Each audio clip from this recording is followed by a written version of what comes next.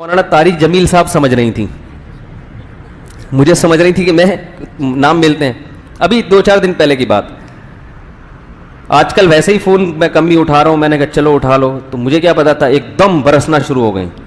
کہہ رہی ہے میں 4 سال سے آپ کے بیانات سن رہی ہوں، میرا گھر تباہ ہو گیا، میرا گھر اجڑ گیا، میرے برباد ہو گئی، یوں ہو گیا. تو میں نے کہا بیٹا یہ ان کا میاں کہیں دوسری شادی کر رہا ہوگا. اپنے آپ سے میں کہہ رہا ہوں، اپنے آپ کو بھی بیٹا کہہ سکتا ہے انسان سمجھانے کے لیے نا، کہ تو یہ بیٹا باپ کی بات زیادہ سنتا ہے.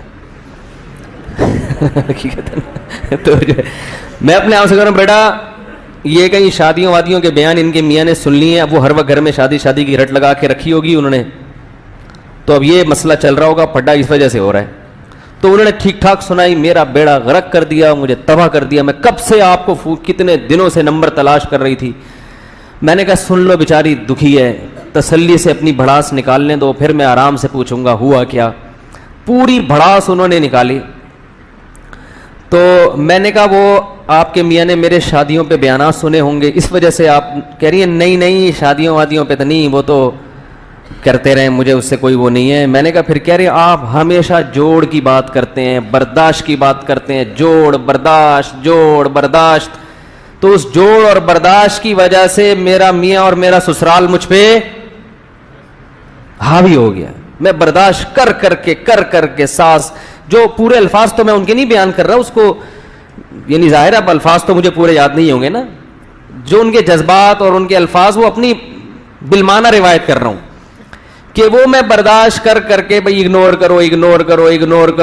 کرو اور پس گئی ہوں میں، اور اب میری زندگی تباہ ہو گئی. تو میں سمجھ گیا جوڑ کی بات کون کرتا ہے بھائی.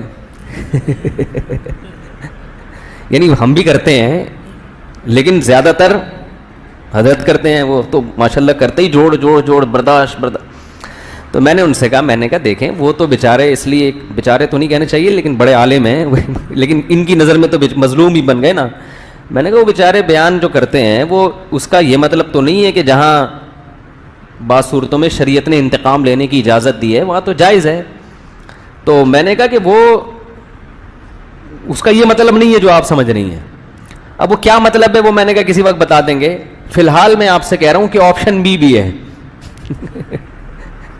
آپشن بی بھی ہے کہ برداشت نہیں کرو. کیا خیال ہے؟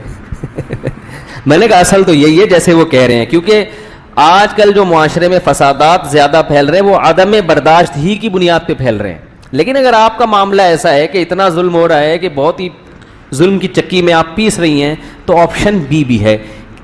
وہ کہہ رہی میں برداشت کر کے تھک گئی ہوں. میں نے کہا آئندہ سے برداشت بولو بھائی نہ کریں. میں نے کہا قرآن میں اللہ کا ارشاد ہے وَجَزَاءُ سَيِّئَةٍ سَيِّئَةٌ مِثْلُهَا، برائی کا بدلہ اسی قدر برائی. یہ اللہ نے اجازت دی ہے لیکن